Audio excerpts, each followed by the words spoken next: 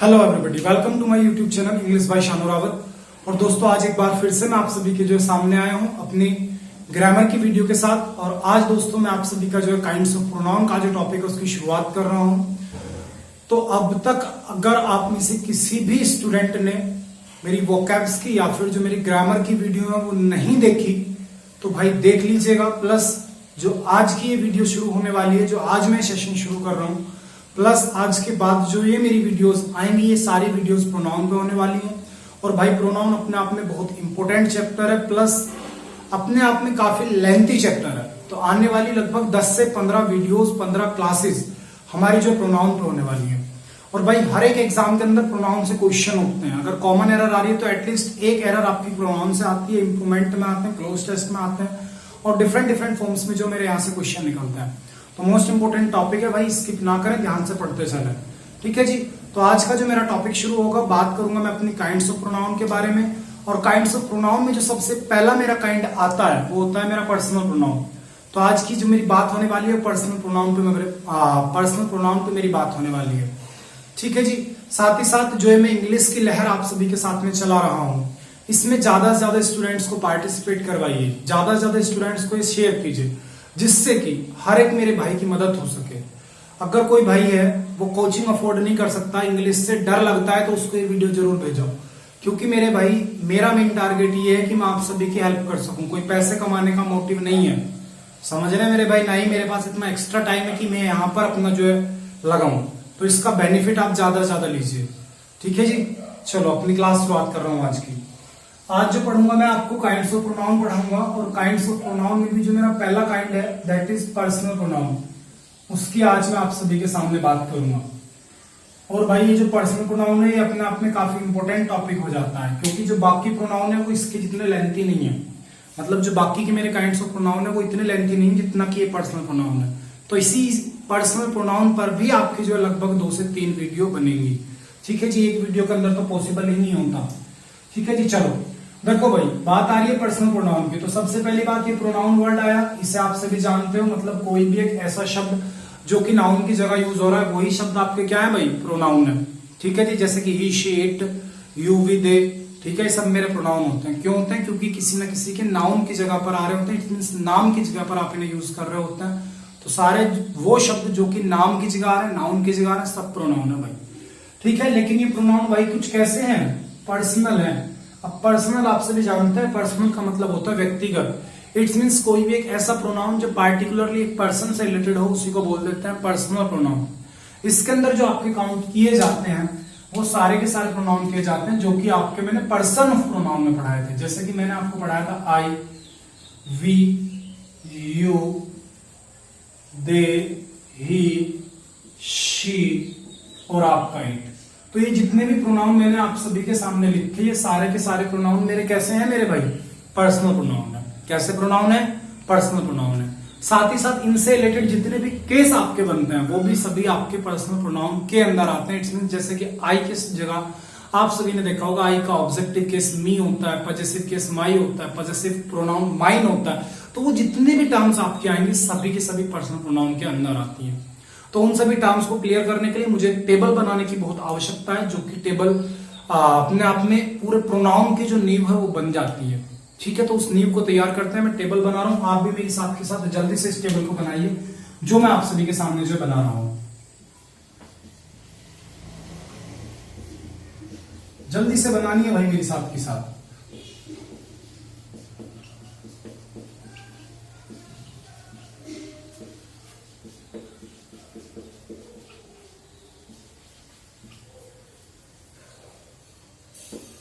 ध्यान से, बिल्कुल जैसे मैं बना रहा हूं बिल्कुल वैसे ही बनानी है।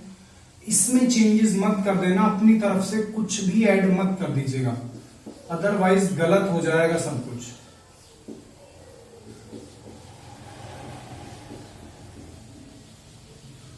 ठीक है जी। जल्दी से बिल्कुल जैसे बना रहा हूं ऐसे ही टेबल बना लीजिए आप सभी, क्योंकि ये टेबल आपकी पूरे के पूरे प्रोनाउन में हेल्प करने वाली है।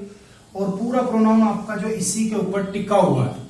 जिस बच्चे की ये टेबल तैयार हो जाएगी समझ लो उसका आधा जो है मेरा पर्सनल प्रोनाउन है वो कवर हो जाएगा। अब ये टेबल कैसे बनानी है, कैसे याद करनी है, वो सब कुछ आपको हिंट मैं दूंगा। ठीक है जी, आपका काम है फिलहाल इस टेबल को बनाइए मेरी साथ के साथ। अब देखो भाई, थोड़ा सा मेरी ड्राइंग इतनी अच्छी नहीं है तो आप अपने स्केल वगैरह का यूज करके प्यारी सी बना लीजिएगा। ठीक है, चलो यहां तक साफ साफ दिखाई दे रहा होगा, बहुत बढ़िया। देखो भाई आगे की बात, पर्सनल प्रोनाउन में बात करता हूं पहले फर्स्ट पर्सन की। अब फर्स्ट पर्सन में आप जानते हो आई और बी आता है। फर्स्ट पर्सन में क्या आता है मेरे भाई, आई और बी आता है। अब आई जो होता है, अगर आई के ऑब्जेक्टिव केस की बात करूं तो ऑब्जेक्टिव केस होता है मी, अगर पजेसिव एडजेक्टिव की बात करूं तो होता है माई, और पजेसिव प्रोनाउन की बात करूं तो हो जाता है मेरा माई। इसी प्रकार से वी का ऑब्जेक्ट होता है अस, वी का पजेसिव एडजेक्टिव हो जाता है अवर, और इसका पजेसिव प्रोनाउन हो जाता है अवर्स। ठीक है जी, तो ये बात होगी फर्स्ट पर्सन की। बात कर लेते हैं थोड़ी सी सेकंड पर्सन की। अब सेकंड पर्सन में मेरा आता है भाई यू। यू का ऑब्जेक्ट यू, यू का पजेसिव प्रोनाउन योर, और यू का पजेसिव एडजेक्टिव योर, और पजेसिव प्रोनाउन हो जाता है योर्स। ठीक है जी, चलिए आगे बढ़ जाता हूं। नेक्स्ट बात कर लेते हैं थर्ड पर्सन की। और थर्ड पर्सन में आपसे भी जानते हैं, हम बात करते हैं ही, शी, इट और दे की। थर्ड पर्सन में हम बात किस किस की करते हैं भाई, ही, शी, इट और दे की। अब देखो भाई, इनको ध्यान से समझना। ही का ऑब्जेक्ट होता है हिम, पजेसिव एडजेक्टिव होता है हिज, और पजेसिव प्रोनाउन भी सेम होता है हिज। शी का ऑब्जेक्ट होता है हर, शी का पजेसिव एडजेक्टिव भी सेम होता है हर, और पजेसिव प्रोनाउन इसका हो जाता है हर्स। इसी के साथ इट का ऑब्जेक्ट सेम होता है, इट ही रहता है। इट का पजेसिव एडजेक्टिव होता है इट्स, और पजेसिव प्रोनाउन इसका कुछ बन नहीं सकता। अगर बनाना भी चाहे तो पॉसिबल नहीं होता भाई। ठीक है, इट का पजेसिव प्रोनाउन पॉसिबल नहीं है। दिमाग में बिल्कुल ऐसे डाल लेना जैसे फेविक्विक से चिपका दिया हो। ठीक है ना, क्योंकि ये पॉइंट परेशान कर देगा।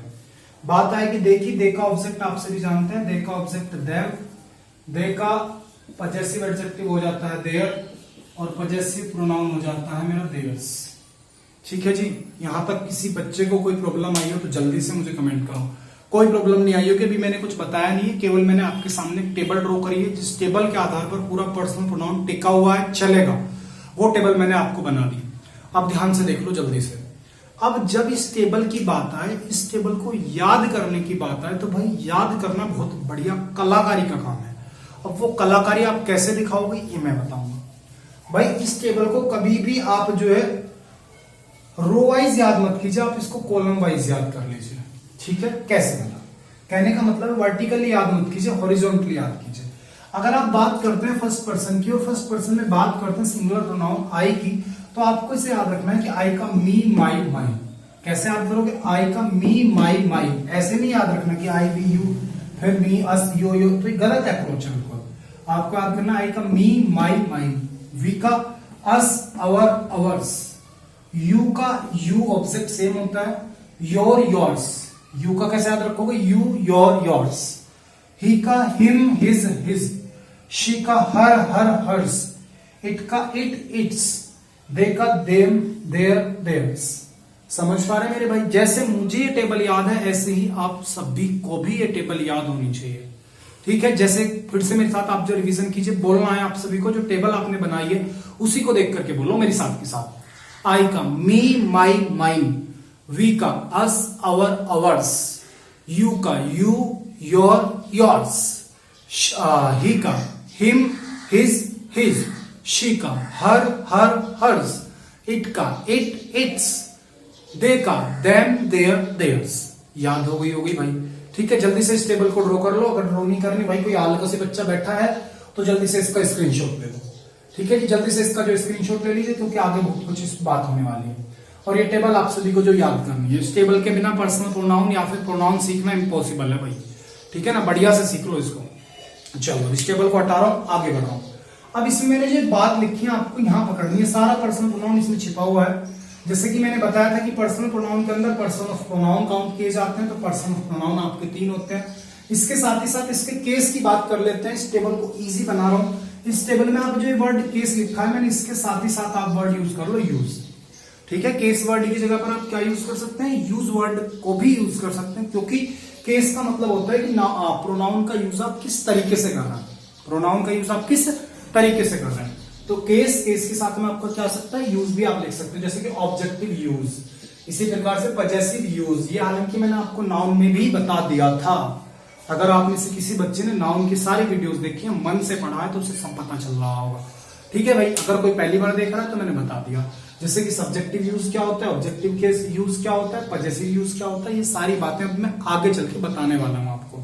एक एक पॉइंट पे डिस्कस करूंगा, क्योंकि पर्सनल प्रोनाउन के अंदर मात्र यही चीज है जो हमको सीखनी होती है। ठीक है जी, चलिए आगे चल रहा हूं। भाई मजा आ रहा है ना सभी को? अगर मजा आ रहा है तो जल्दी से लाइक कर दो वीडियो को, ठीक है ना? बहुत जल्दी करके लाइक करो सारी वीडियो को, प्लस अपना शेयर करो इसको ज्यादा से ज्यादा, जिससे कि इस लहर में हर कोई शामिल हो सके। और भाई इंग्लिश में क्रांति लानी है मुझे, मैंने सोच लिया। अब मुझे हर भाई की मदद करनी है जिस किसी को इंग्लिश से डर लगता हो। चलिए तो अब मैं आपको डिटेल में लेकर चल रहा हूं इसका, क्या इसकी डिटेल है, क्या इसकी कहानी है, उस पर बात कर लेता है। देखो भाई, सबसे पहली जो मैंने टेबल बनाई थी, एक तो पर्सन ऑफ प्रोनाउन लिखा था, जो कि आप सभी जानते हैं, first person, second person, third person, तो उसको तो मैं ऑलरेडी पिछली वीडियो में बता चुका, उस पर टाइम वेस्ट नहीं कर रहा। इसमें मैंने जो दूसरी कॉलम बनाई, दूसरी कॉलम भाई मैंने बनाई सब्जेक्टिव केस की। दूसरी कॉलम में मैंने क्या बनाया था? Subjective case. सब्जेक्टिव केस का मतलब क्या होता है मेरे भाई? Subjective use. सब्जेक्टिव केस का मतलब आपका क्या हो जाता है? Subjective use. अब सब्जेक्टिव यूज अगर आपका मीनिंग हो जाता है तो इसका मतलब क्या है कि जो यूज वर्ड में यूज कर रहा हूं, तो देखो भाई ध्यान से देखना इस बात को कि यूज की कहानी क्या है। कि जब भी कभी आप किसी भी प्रोनाउन का इस्तेमाल एज अ सब्जेक्ट करते हैं अपने सेंटेंस के अंदर, तो वो जो प्रोनाउन का आपका यूज है उसी को आप बोलते हैं सब्जेक्टिव यूज। बात समझ में आई भाई? नहीं आई? फिर से सुनो, जब भी कभी आप अपने सेंटेंस के अंदर जो प्रोनाउन है उसका यूज एज अ सब्जेक्ट करते हैं, तो वही जो आपका यूज है उसी को बोलते हैं सब्जेक्टिव यूज। भला कैसे? एग्जाम्पल से देखो, मैं बोलता हूं he is my brother, he is my brother. ठीक है भाई, अब एक बात बताओ, इसमें प्रोनाउन क्या दिखाई दे रहा है? ही दिखाई दे रहा है। हालांकि माई भी मेरा प्रोनाउन है, लेकिन जो मेन बात कर रहे हैं किसकी कर रहे हैं भैया? ही की कर रहे हो आप।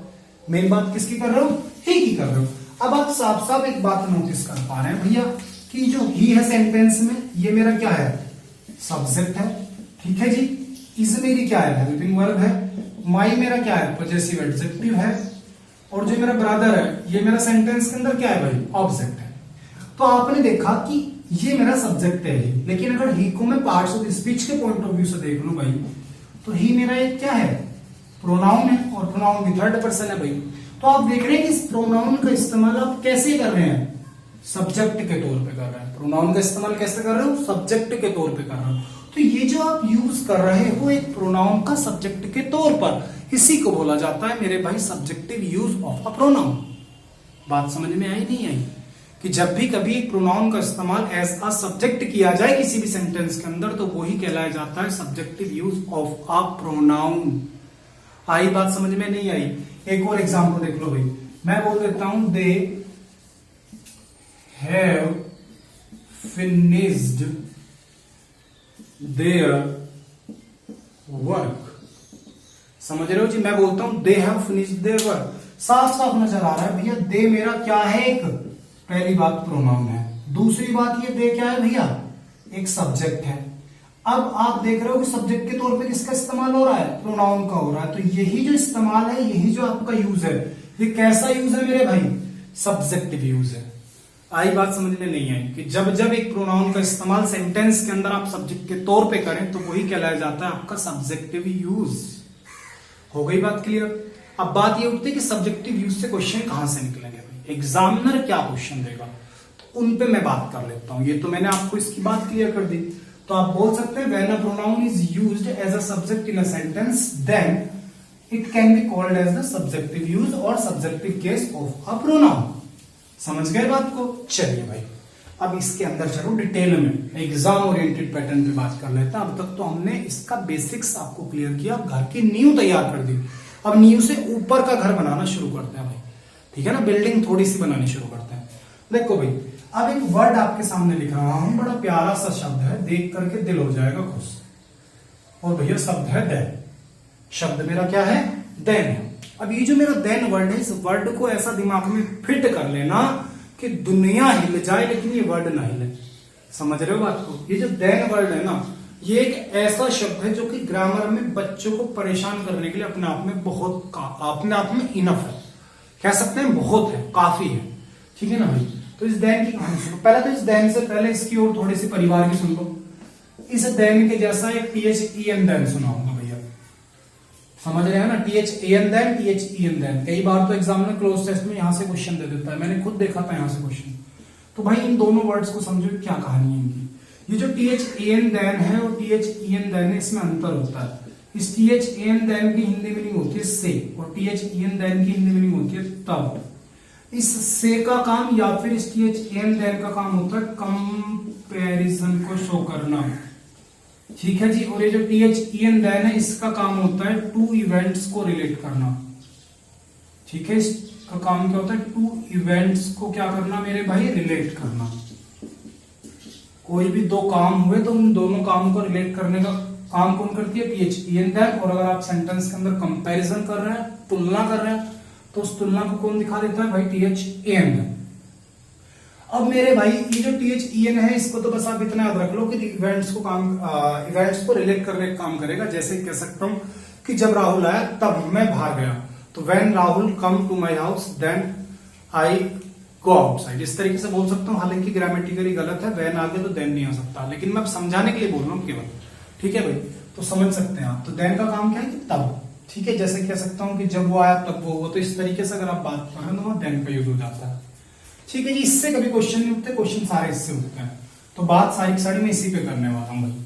अब देखो, ये जो वर्ड कंपैरिजन है ना, इस वर्ड कंपैरिजन पे बहुत लड़ाई होने वाली है। कंपैरिजन वर्ड के अंदर छिपा हुआ है कंपेयर। समझ रहे हो भाई, कंपैरिजन वर्ड किससे बना, कंपेयर से। और ये जो वर्ड कंपेयर है, इसका हिंदी मीनिंग हर कोई नॉर्मल सा बच्चा जानता है कि इसका मतलब होता है मेरे भाई तुलना। इसका मीनिंग क्या होता है, तुलना। इट्स मीन्स अगर आप कोई चीज की तुलना कर रहे हैं तो वहां देन का यूज किया जाता है। भला कैसे, जैसे कि मैं एक एग्जांपल देता हूं। मैंने बोला you are stronger than me. ठीक है जी, मैंने बिल्कुल सीधा सा एक एग्जांपल दे दिया कि you are stronger than me. अब यहां जो मैंने ये एग्जांपल दिया है, ये आपको सीखना है भाई कि आखिरकार ये एग्जांपल क्या है, क्या ये बात कर रहा है। ठीक है, आपको पॉइंट सीखना है। अब भाई ध्यान से एक बात समझना, यहां पर आप कह रहे हो कि you are stronger than me, मतलब तुम मुझसे ज्यादा ताकतवर हो। क्या बोल रहे हो कि तुम मुझसे ज्यादा ताकतवर हो। तो आपको पता चल रहा है साफ साफ तुम्हारी और भैया मेरी क्या हो रही है, तुलना हो रही है। तो तुलना किससे कर रहे हो आप, देन से कर रहे हो। तुलना किससे कर रहे हो भाई, देन से कर रहे हो। तो यहां पर जो देन है, इसका काम क्या हो रहा है, कंपैरिजन को शो करने का हो रहा है। अब ये जो सेंटेंस मैंने आपके सामने लिखा है, आप जल्दी से पढ़ करके मुझे बता दो कि ये सेंटेंस मैंने ठीक लिखा है या गलत लिखा है, क्योंकि सारी की सारी एरर्स नहीं छिपी हुई है, सब कुछ सेंटेंस के अंदर इसी में छिपा हुआ है। ठीक है जी, तो जल्दी से एक बार सेंटेंस को पढ़ दो और बता दो, फिर मैं इसका पूरा कंसेप्ट दूंगा। ठीक है जी, तो कंसेप्ट पे बात कर लेते हैं, क्योंकि आप सभी महान हैं तो आप सभी समझ चुके होंगे। ठीक है जी, देखिए अब इस कंपेयर वर्ड को ध्यान रखना, लाइफ टाइम याद रखना, खास करके ग्रामर में तो हमेशा याद रखना कि ये जो कंपेयर वर्ड बना है ना, जिससे मैंने बनाया है भाई कंपैरिजन, तो कंपैरिजन जिन भी दो टर्म्स के बीच होगा, कंपैरिजन जिन भी दो टर्म्स के बीच होगा, उन दोनों टर्म्स की जो भाई तुम्हारी नेचर है, उन दोनों टर्म्स की जो तुम्हारी नेचर है, वो हमेशा होनी चाहिए मेरे भाई सेम। इस बात को दिमाग में डाल लो, इस बात को ऐसे चिपका लो फेविक्विक से, जो कभी ना छूट सके। भला कैसे, मैं बताना चाह रहा हूं कि आप जब भी कभी बात कंपेयर की करेंगे तो आप बात कर लोगे कंपैरिजन की, और जब कभी कंपैरिजन करो तो कंपैरिजन आप दो चीजों के बीच में करोगे, तो वो जो दो चीज है जिनके बीच में आप कंपैरिजन कर रहे हैं, उनकी जो नेचर है वो हमेशा भैया सेम होनी चाहिए। अब मैं क्या कहना चाह रहा हूं, एग्जाम्पल से समझो। कहने का मतलब यह है कि अगर मैं आपके सामने टीचर हूं तो मेरी तुलना भी एक टीचर से होनी चाहिए। ऐसा नहीं है कि मैं टीचर हूं और मेरी तुलना एक स्टूडेंट से कर दी जाए, तो ये तुलना निहायत गलत है। और ये जो मेरी टर्म्स है कि आप जब दो अलग अलग नेचर की टर्म्स की कंपैरिजन कर रहे हैं, तो भाई इसको ग्रामर अलाउड नहीं करती और इसको गलत मान लिया जाता है। ठीक है ना, ऐसे मान के चलो कि अक्सर मेरे घर वाले मुझे एक डायलॉग बोलते हैं और वो साफ साफ बोलते हैं कि तू गधा है। ठीक है ना, मैं कोई भी अपने घर वालों के सामने अपनी बात रखता हूं, वो तुरंत कहते तू तो गधा है, तू बात ही मत कर। ठीक है ना भाई, अब जैसे ही मेरे घर वाले ये बात बोलते हैं तो मेरे दिमाग में ग्रामर के रूल काम करते हैं। भाई टीचर हूं, देखो इंग्लिश का टीचर हूं तो इंग्लिश ही मुझे थोड़ी सी आती है। अब भाई मेरे दिमाग में रूल काम करता है कि मैं आदमी, मेरी तुलना किससे कर दी? गधे से। गधा क्या है? जानवर। इट्स मींस मैं इंसान, इंसान की तुलना करी गधे से, तो एक इंसान की गधे से मतलब जानवर से तुलना कर दी, तो भाई तुलना ही गलत है। इट्स मींस पूरा सेंटेंस ही गलत बोल दिया, तो इसका मीनिंग में क्या निकाला? समझ रहे हैं ना? तो मुझे गुस्सा नहीं आता। तो इसी तरीके से मेरे भाई आप भी याद रखो कि अगर बात कंपैरिजन पे आ जाए, तुलना पे आ जाए, तो तुलना किसके बीच में? हमेशा सेम नेचर के बीच में। भला कैसे? जैसे कि मैं एग्जांपल बतौर आपके सामने मार्कर्स लिए हुआ हूं। अब अगर ये एक मार्कर है तो इसका कंपैरिजन मार्कर से होना चाहिए। मैं बोलता हूं कि ये मार्कर इस मार्कर से अच्छा है, बिल्कुल ठीक बात है। लेकिन मैं आपसे कह दूं कि ये मार्कर डस्टर से अच्छा, भाई बिल्कुल गलत एग्जांपल है। मार्कर की बात डस्टर से कैसे कर दोगे? समझ रहे हो ना? मैं तुमसे कहने लगूं कि तुम्हारा एक बच्चा है आपका 5वीं क्लास में, एक तुम्हारे अंकल जी का बच्चा है, और वो बच्चा चल रहा है ग्रेजुएशन के बाद गवर्नमेंट जॉब की तैयारी में। अब वो जो गवर्नमेंट जॉब की तैयारी कर रहा है, उसने तैयारी करी, गवर्नमेंट जॉब ले ली भाई, ठीक है। अब आप अपने 5 साल के बच्चे को डंडा दे रहे हो, आप कह रहे हो तेरे में पढ़ाई नहीं हो रही, उसके बच्चे ने देख तेरे अंकल के लड़के ने क्या करा, गवर्नमेंट जॉब ले ली, तो भाई तुलना ही बेकार है। समझ रहे? निहायत ही गलत वाक्य होते हैं, निहायत ही गलत ये बातें होती है जो कि हमारे समाज में अक्सर की जाती हैं। तो याद रखे मेरे भैया, समाज इन बातों को अलाउड करता है लेकिन ग्रामर अलाउड नहीं करती। ग्रामर में अगर ये कांड कर दिया तो भैया फंस जाओगे। समझ रहे हैं ना? तो बचना है इस बात से, ठीक है। अगर आपका 5वीं क्लास का बच्चा है तो पॉसिबल हो तो बात कीजिए 5वीं क्लास के बच्चे से कि देख तेरे ही साथ का लड़का है और तू उससे ज्यादा नंबर लाया, बात तो बिल्कुल जायज है।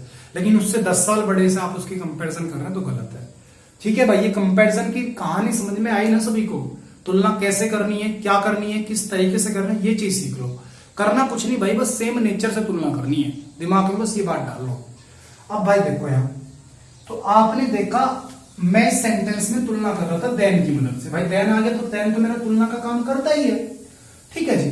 अब आप देख रहे थे कंपैरिजन हुआ यू के और मी के बीच में, ठीक है जी। अब एक बात देखो, यू भी प्रोनाउन, मी भी प्रोनाउन, तो कुछ बात ठीक है। लेकिन यू मेरे भाई यहां पे किस तौर पे यूज हो रहा है? सब्जेक्ट के तौर पे। समझ रहे हो बात को? इसको नहीं, यू किस तौर पे यूज हो रहा है? सब्जेक्ट के तौर पे। तो भैया ये जो यहां पर इसके साथ तुलना हो रही है, ये भी तो सब्जेक्टिव तौर पे होना चाहिए। ये भी किस तौर पे होना चाहिए भाई? सब्जेक्टिव तौर पे होना चाहिए, मतलब सब्जेक्टिव केस में आपको होना चाहिए। तो यहां पर जो मी का यूज हुआ है ये भैया गलत है। यहां पर आपका आएगा आई, यहां पर आपका क्या आएगा? आई। अब कुछ बच्चों को बात डाइजेस्ट नहीं हो रही होगी, भाई पूरा बेसिक बता दिया, पूरा इसका रूल बता दिया। मैं रटवा नहीं रहा आपको, मैं तो कंसेप्ट दे रहा हूं आपको। तो भाई याद रखो, यहां से मैंने एक चीज सीख ली कि than is always followed by subjective case. अब एग्जाम में आपको कंपैरिजन नहीं देखनी, आपको देखना है देन। देन क्या आती है, दिमाग चलना चाहिए भैया कंपैरिजन हो गया मतलब सब्जेक्टिव केस चाहिए मुझे तो, ठीक है ना। तो than is always followed by subjective case. पहली बात समझ में आ गई? सभी को नहीं आई? अगर समझ में आ रही है भाई जल्दी से लाइक ठोक दो, ठीक है ना। वीडियो में बहुत सारे लाइक ठोको, जल्दी से शेयर करो ज्यादा से ज्यादा। चलिए भाई और एग्जाम्पल देखो, मैं बोलता हूं शी इज, हालांकि शी प्यारा नहीं लगता मुझे, ही ले लो, ठीक है जी। मैं बोलता हूं ही इज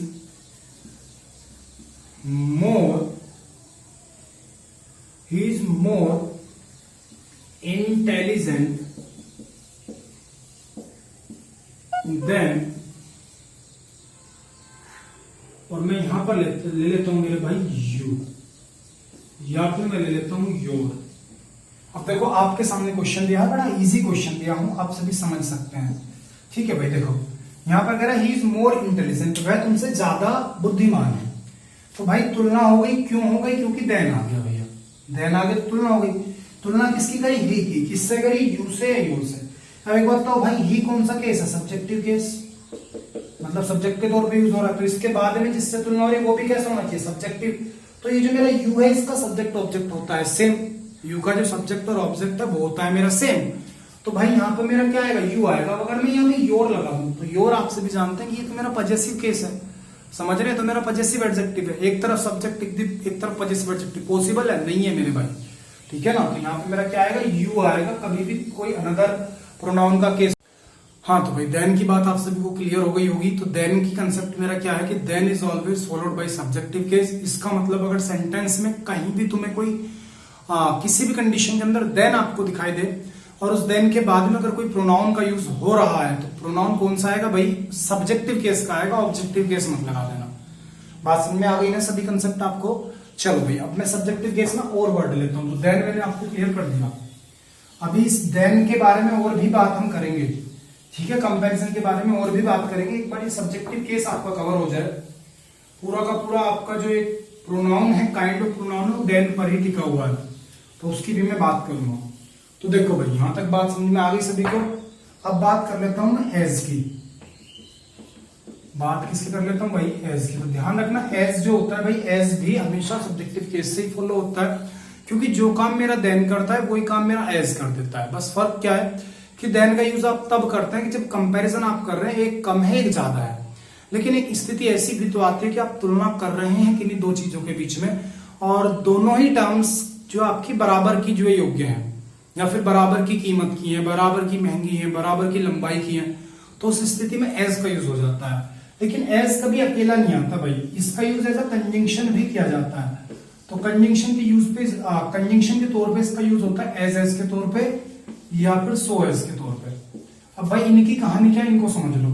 देखो, एज और सो एज, इन दोनों ही टर्म्स का जो हिंदी मीनिंग होता है वो सेम होता है, और इसका हिंदी मीनिंग होता है उतना जितना। इसका हिंदी मीनिंग क्या होता है? उतना जितना। ठीक है, कहने का मतलब यह है कि अगर आपको अपने सेंटेंस के अंदर बात कर रहे हैं उतने जितने की, जैसे मैं कह दूं कि राम उतना इंटेलिजेंट है जितने तुम, समझ रहे हैं? तो मैं कैसे बोलूंगा? Ram is as intelligent as you, समझ रहे हैं? तो उतना जितना की अगर आपको सेंटेंस के अंदर बात करनी है, इट्स मींस दोनों ही जो टर्म है उनके नेचर सेम है, तो वहां पर एज या सो एज का यूज होता है। लेकिन मेरे भाई एक बात बताओ, जब दोनों का हिंदी मीनिंग सेम है तो दो क्यों आए? कुछ ना कुछ तो इनमें डिफरेंस रहा होगा। तो इन दोनों के यूज में थोड़ा सा स्लाइटली डिफरेंस होता है, उसको समझो। कि जो ये एज है, एज का यूज आप तब करेंगे जब आपका सेंटेंस होगा अफर्मेटिव, ठीक है जी। या फिर ऐसे बोल दो कि एज का यूज आप करते हैं अफर्मेटिव सेंटेंस के अंदर, और जो ये आपका सो एज है, सो एज का यूज किया जाता है भाई मेरे निगेटिव सेंटेंस के अंदर, ठीक है जी। अगर बात करोगे एज की, तो एज का यूज होगा अफर्मेटिव सेंटेंस के अंदर, और सो एज का यूज होगा आपका नेगेटिव सेंटेंस के अंदर। भला कैसे? मैं कह दूं राम उतना इंटेलिजेंट नहीं है जितने तुम, तो मैं कैसे बोलूंगा? Ram is not so intelligent as you. तो अब यहां मैंने नहीं वर्ड यूज कर दिया, मतलब सेंटेंस को नेगेटिव कर रहा हूं, तो मैं यहां पे नॉट का यूज कर रहा हूं। बात समझ पा रहे हैं? लेकिन आपको पॉइंट याद रखना है कि as is always followed by subjective case, always followed by subjective case. कि अगर एज आ रहा है तो फॉलो किससे होगा भैया? सब्जेक्टिव केस से होगा, ठीक है। कहने का मतलब क्या है कि अगर मैं एक एग्जांपल दूं और मैं बोलूं he is not so intelligent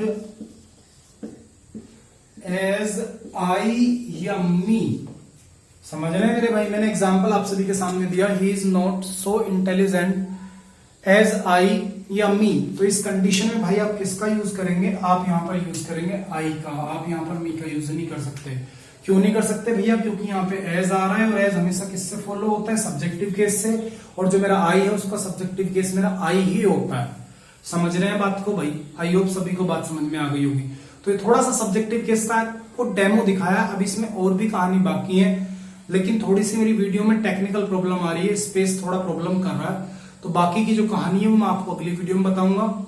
जब तक के लिए आप अपना इसी टर्म को रिवीजन करते रहो, बढ़िया से इसको सीखते रहो, ठीक है भाई? चलो तो मिलता हूं अपने नेक्स्ट वीडियो में, इसी टॉपिक को आगे बढ़ाऊंगा, ठीक है जी। तब तक के लिए bye bye, take care, wish you all the very best.